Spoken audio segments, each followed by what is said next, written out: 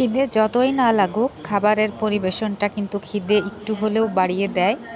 ভাতটা এই যে সুন্দর করে আমি প্লেটে নিয়ে নিলাম, পাশে দিলাম মসুর ডালের গরম বড়া, আর এখানে লতির চচ্চড়ি, আর বাটিতে ওদের তরকারি বেড়ে দিব।